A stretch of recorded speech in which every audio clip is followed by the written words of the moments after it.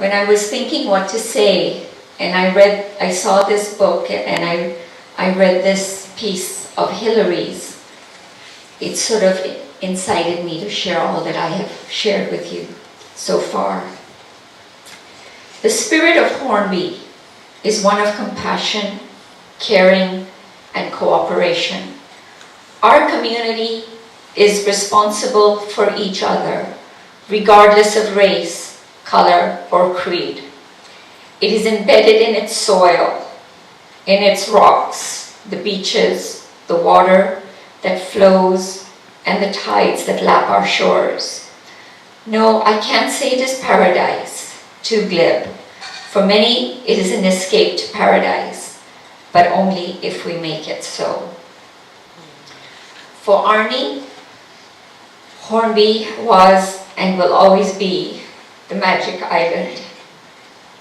For myself, I want to thank you for including me in the circle of light. Through all the special thoughts, the beautiful cards, the phone calls, and all the support that has come in so many forms. Over the years, and especially now, are like folds of light, gently holding me through this time of loss, as well as being a reminder of a life so loved. When we strip away all the accessories that make up our lives, we are left only with the love we have shared and the time that we gave to the other. Thank you.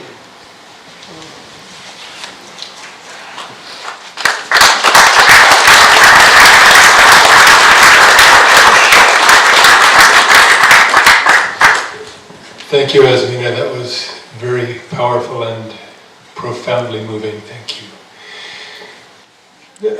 At the funeral in Vancouver, there was a very spiritual component. Apparently, Arnie, in the last couple of months of his life, had kind of really gotten in touch with his more spiritual side and had spent quite a bit of time in consultation with a minister of the church, because he had some concerns about what happens, because he knew he was approaching the end, and he had some concerns about what came next.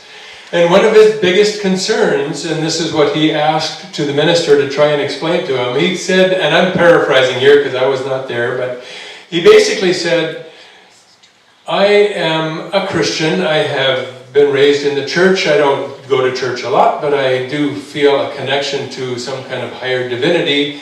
But I also have friends who are Muslims and Jews and Hindus and Buddhists and atheists, and I want to know if I pass on and go to whatever comes next, it's not going to be some really exclusive country club in the sky where none of my friends can get in. Can you put my mind to rest a little on that subject? And so the minister at the funeral in Vancouver, to paraphrase him again, even though I was there, I won't try to say what he said exactly. He said basically that the vision that he has of deity, of the divine energy in the universe, is an energy of love. And that basically in my Father's mansion there are many rooms, and there is room for every one of us. And that we at some point will all be connected for eternity. So that was the one small thing that I got from my being at the funeral for Arnie in Vancouver, and to know about his deep care that none of us would be left behind simply because we hadn't been baptized to his particular church. The other important point for him was, because he had been in such unbearable and unremitting pain for so long, he wanted to know whether it was something that was somehow morally acceptable for him to surrender.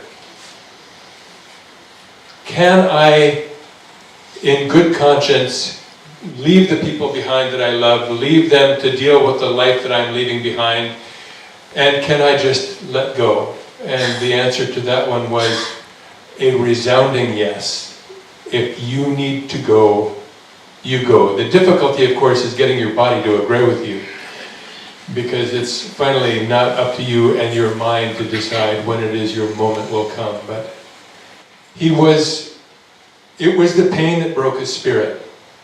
Up to that point, he kept coming back to us. He kept coming back over and over from that time 2 years ago in the summer at the festival when we did the prayer flags, and it wasn't sure whether he was going to be alive till the end of the festival, and then he came back, and then he came to Hornby, and he went shopping for chocolate and went, here and there, and was reduced and diminished, but still the same Viking that he always had been. And so from that point forward, until things got bad again and he started to deal with pain in unbelievable amounts, that's really what went away from us, was that inability to escape the pain. So, Arnie, we love you for staying with us as long as you did, and we are grateful that you finally found your way to surrender and pass on to whatever it is that comes next. So that's the more serious part of what I wanted to say. And then the one thing I would like to do now is tell a little story that I told in Vancouver, because it's really precious to me. And I think it will set the tone for what I want to be forthcoming from all of you, which is stories of love and joy and what you have shared with Arnie. And this was a conversation of one of many conversations I had with Arnie over the years. And I haven't known him that many years. Started when I was building the cabinets and doors and windows for their rebuild on the house down at the farm. And we became friends. And we talked about many things, and two of the subjects that were very close to us were the joy of food in all of its forms and the mystery that was femininity. And you can imagine we talked about that from many different angles, but at one point Arnie said to me two things. He said, my favorite food, without any question, and this is sitting down at the tennis court after a hard set of tennis when he would go to his bowl of blueberries and cream and take a few mouthfuls. He said, my favorite food is blueberries, fresh blueberries. And my sweet Azmina, my love Azmina, as far as I'm concerned, is the closest approximation there is to blueberries in human form.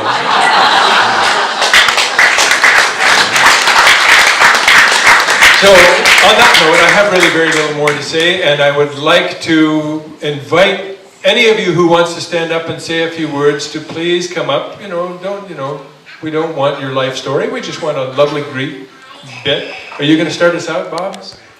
Bob's son.